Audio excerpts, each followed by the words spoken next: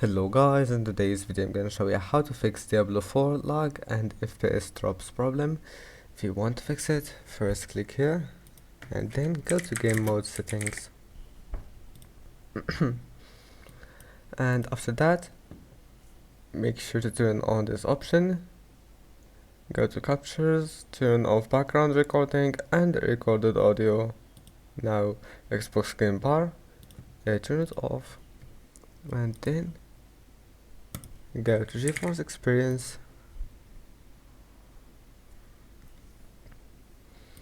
and then go to drivers and check for updates and make sure to install all the updates that you will find, and then go to settings, scroll down and enable image scaling, and that's it. Your problem must be fixed. Just to start your PC, and that's it for today's video. Don't forget to like and see you in the next video.